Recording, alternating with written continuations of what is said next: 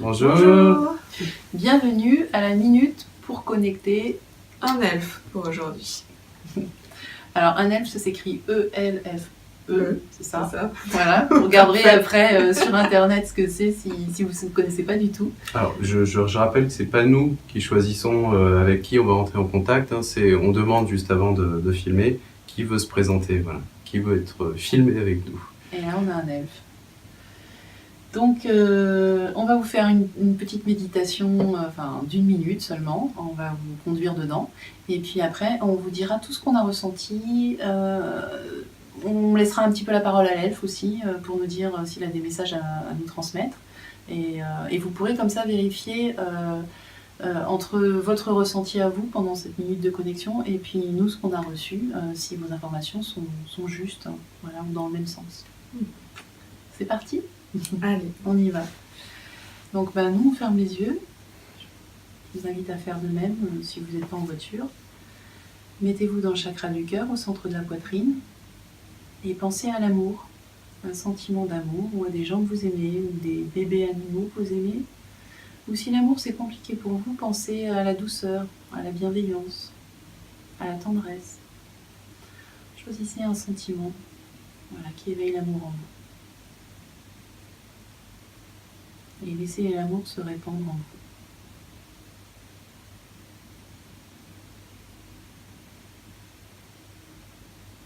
Et maintenant, on va se centrer sur le 7e chakra, le chakra coronal qui est au sommet de la tête, pour activer tous vos canaux de perception. Et on va demander à un elfe, donc demandez dans votre être intérieur, avec sincérité, à rencontrer un elfe. Et on va prêter attention à tout ce qu'on ressent pendant cette connexion. C'est-à-dire, il y en a certains ou certaines qui vont avoir des sensations énergétiques dans le corps, d'autres qui vont avoir une émotion qui va apparaître, et on peut avoir des images aussi, des odeurs, voilà, toutes sortes. Guettez un petit peu ce qui va apparaître. C'est parti. Voilà, en tout cas, une fois que vous avez posé l'intention de rencontrer un elfe, ne faites plus rien, laissez faire, laissez les choses venir. Ne cherchez pas à capter quoi que ce soit.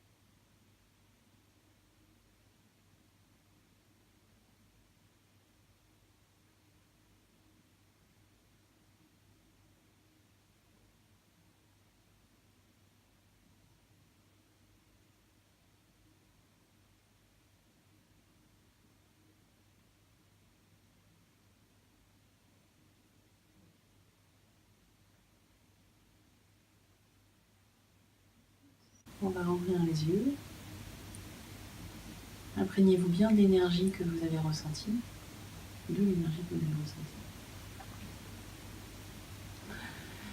Et nous, on va vous décrire un petit peu ce que c'est qu'un elfe. Et puis...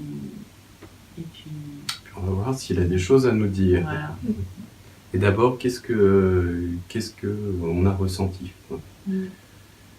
Alors moi, j'ai ressenti une sérénité, un apaisement au niveau émotionnel. Je sentais que c'était léger et grave en même temps, c'est-à-dire qu'il y avait une légèreté chez cette personne et en même temps il y avait de la profondeur. Il y avait cette symbiose avec la nature et avec l'eau, je sentais aussi. Moi, j'ai senti de la légèreté aussi, comme si mon corps était léger. Et en même temps, je sentais beaucoup de droiture, pas de rigueur, mais vraiment... La sagesse. Il y a de la sagesse, en tout cas, il y a un côté un peu intransigeant. Il y a des choses qu'on ne fait pas. Il y avait vraiment une droiture, quoi. On biaise pas, voilà. J'avais ce sentiment-là à l'intérieur. Toi, Laurie, qui vois beaucoup Elle a un canal de la vision qui est très fort, donc elle voit beaucoup. Alors là, l'elfe qui s'est présenté à nous était plutôt grand, un peu plus d'1,60 m à peu près, hein, je me fie par rapport à ma taille, élancé, d'où ce sentiment aussi de légèreté, il était assez élancé. Il avait une longue chevelure, plutôt blond blanc, quand même, les oreilles pointues, hein, c'est vraiment caractéristique. Le visage assez fin, plutôt ovale. Et il avait une tenue verte, pantalon coupé comme des feuilles en bas. C'était très très drôle, j'avais jamais vu ça. Et l'espèce comme une chemise ceinturée, pareil coupée en forme de feuille en bas. Voilà, et il était très pâle lui. Moi, il m'avait l'air d'avoir un certain âge quand même. Enfin, pas vieux, mais c'est pas un jeune non plus. C'est quoi. Un adulte. Une trentenaire. Ouais, c'est ça. Voilà. Ouais. J'avais cette maturité-là. Oui. Enfin, trentenaire par rapport à nos années humaines. Hein. Ah oui, par rapport à... Je sais pas combien de temps il vit. Ok. On va leur demander s'il a un message à nous donner, peut-être. Un message à transmettre aux humains de la part des elfes.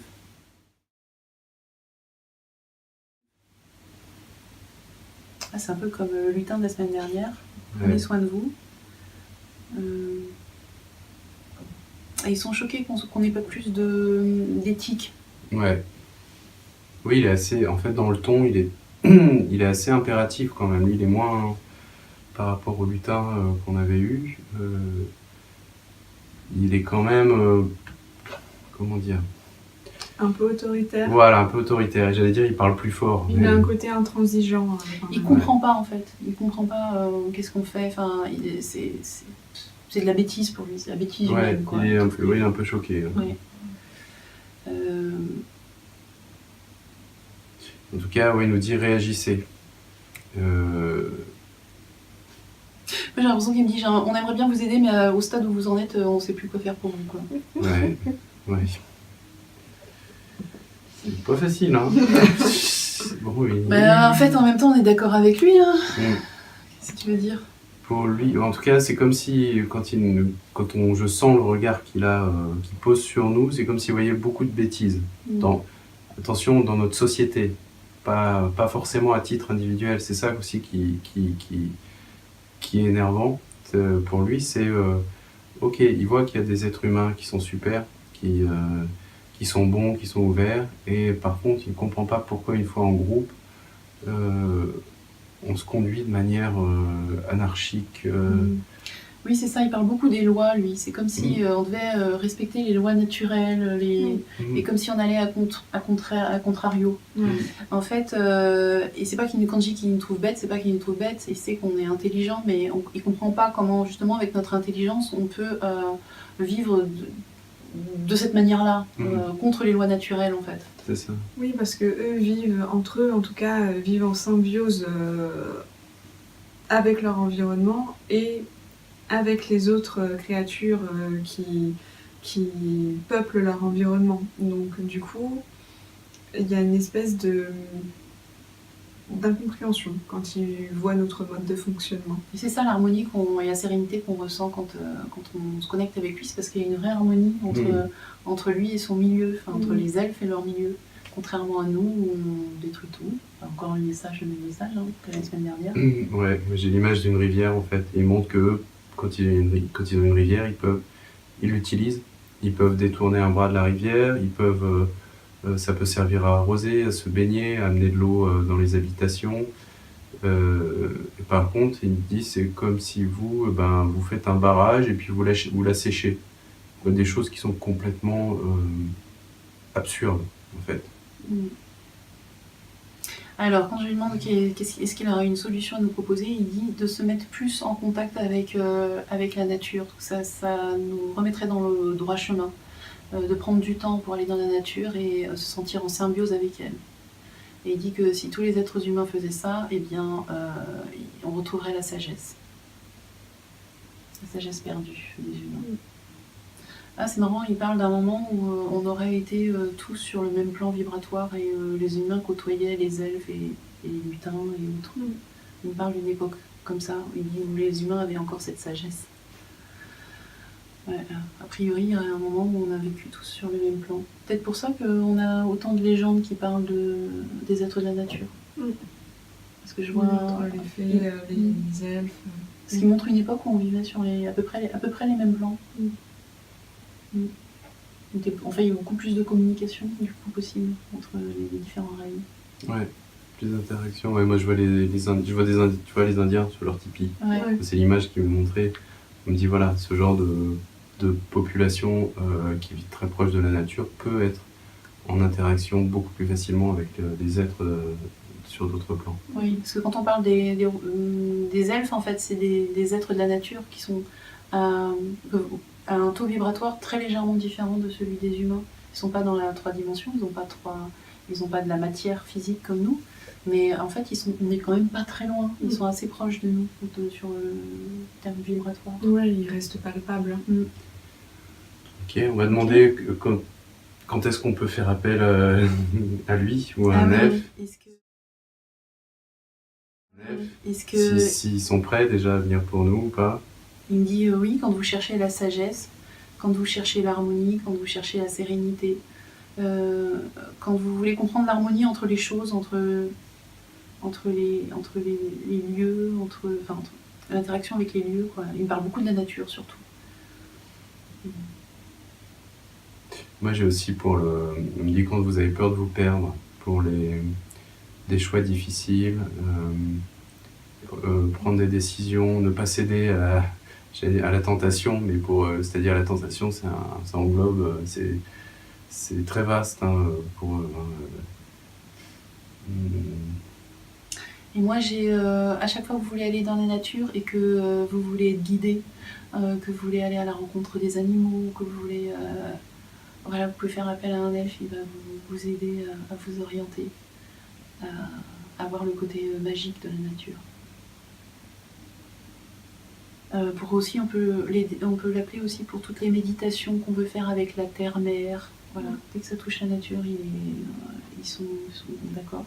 Alors, je sens aussi qu'ils sont très impliqués dans l'éducation. Je vois par rapport aux enfants. Je sais pas pourquoi, mais je vois un elfe là, à côté d'un enfant dans la maison.